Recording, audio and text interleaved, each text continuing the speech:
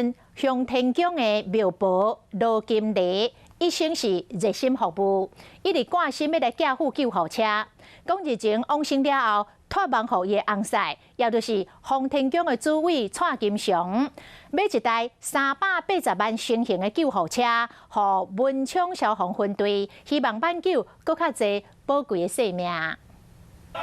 伫证人的见证下，台东市北屯洪天宫主委蔡金祥代替因太太罗金丽，捐一台市价380万新的救护车，予文昌消防分队。我嘛也无钱呢，我捐一个管落尔，伊就来甲我托梦，叫我去买迄个美金哦，我美金就甲买落。营业人士表示讲，洪天宫主委甲庙婆两人平常时是热心服务、乐善好施。去年庙婆往生后，用托梦方式了却伊的心愿。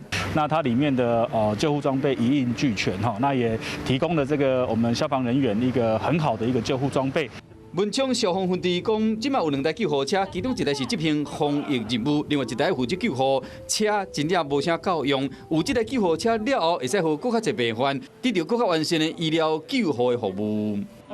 Hello， 大家好，我是乃瑜，要教给大家2个任务。第一个，华视新闻的脸书专页，你按赞了吗？还有华视新闻的 YouTube 频道，赶紧订阅起来，还要记得按赞，开启小铃铛哦。